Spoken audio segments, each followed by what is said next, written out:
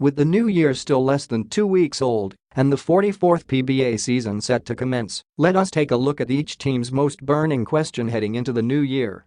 NLEX Road Warriors. Will Kiefer Ravena still be the same when he comes back? As an up-and-coming team still figuring out its way towards being a consistent contender, there is nothing more important for the Road Warriors' future right now than the status of their young franchise player, Kiefer Ravena. After receiving an 18-month ban from FIBA on all official basketball-related activities for inadvertently violating its guidelines on the use of banned substances last February, Ravena won't be able to return to action until August of this year. 18 months of inactivity is a significant amount of time to miss for any athlete and could potentially hinder such a young player's development and abilities. NLEX still has some other roster issues to address, like its aging frontcourt, before it can become a legitimate contender, but their timeline along that path will greatly be affected with how much the ban has affected Ravena, if at all. Northport Batang Pier. Will a full off-season without Terrence Romeo become the franchise's turning point?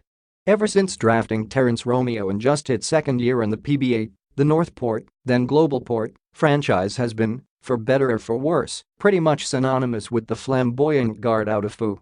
But after lukewarm success with Romeo and a few publicized issues that eventually ended with a bitter fallout that led to Romeo being traded away to TNT after last season's Philippine Cup, the Batang Pier are hoping that they can finally right the ship with their first full season without Romeo ahead of them. With a talented core of Stanley Pringle, Sean Anthony, Mo Tochuit, and Jonathan Gray as well as the polarizing rookie Robert Bullock coming into the fray, most of the pieces are in place for head coach Pito Gerencio to steer the ship in the right direction. Phoenix Fuelmasters.ca. And they continued to rise in the Calvin Abueva era. After disappointing finishes in both the Philippine Cup and Commissioner's Cup last season, the arrival of Calvin Abueva via trade for the Governor's Cup, as well as their super import Eugene Phelps, not only resurrected the team last season, it also revived the franchise's hopes of being a strong contender for the foreseeable future. The feisty Abueva seemed to have lit a fire under the franchise that had been wandering in mediocrity for a few years, and the rest of the Phoenix community certainly hope that the previous Governor's Cup was only the beginning of something new. And with the prolific Matthew Wright and the promising Jason Perkins, as well as reliable veterans such as Jay Ciental, RJ Jazzle, and Alex Malari, Abueva and the Fuelmasters had a well-balanced roster that can compete with anyone on any given day.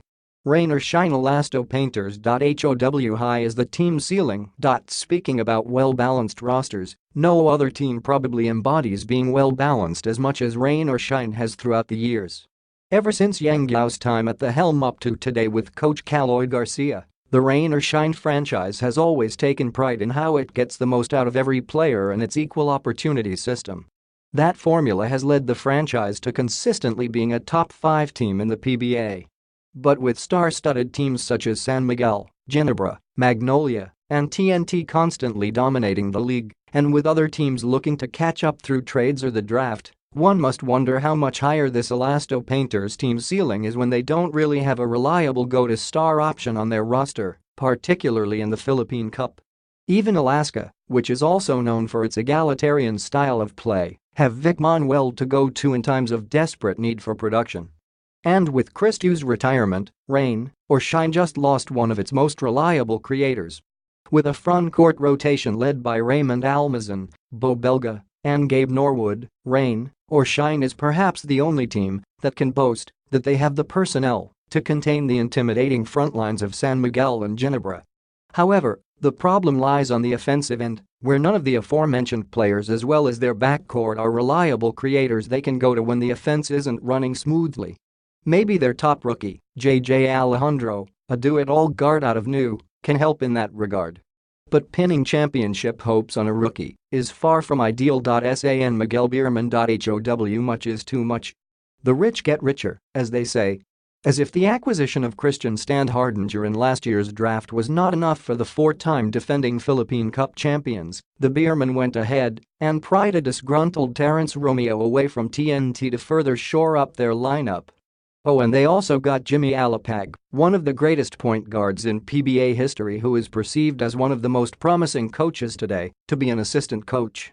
On paper, the Beermen are undoubtedly the most fearsome team in the league today, perhaps in history, but the games are decided on the court, not on paper. There is always more to winning than simply getting the best individual players together, and this team should know, given their struggles to win it all back when they were the Petron Blaze Boosters. But even those Petron teams are a far cry from the talent level of this current Beermen squad. Junmar Fajardo, Arwin Santos, Christian Standhardinger, Marcio Lassiter, Chris Ross, Terrence Romeo. With that much talent on one team, something, or someone, has to give and sacrifice. And even then, there is always the risk that the whole will turn out to be less than the sum of its parts. Either that, or, utter dominance. TNT-Katropa.ca, and they regain their winning formula. Just when things were finally looking up once again for TNT in 2017, the 2018 season happened, and the team barely made any noise in any of the three conferences as they were booted out early in the playoffs twice and even failed to qualify in one. They also decided to end the Terrence Romeo experiment early, as both the on-court fit and off-court issues proved to be too much of a burden for the franchise to work around. As is the case with many of the PBA teams today, the Katropa have an aging frontline that struggles to compete with the loaded frontcourts of contenders such as San Miguel and Ginebra. Jason Castro is also already turning 32 years old this year with no consistent help from his backcourt mates.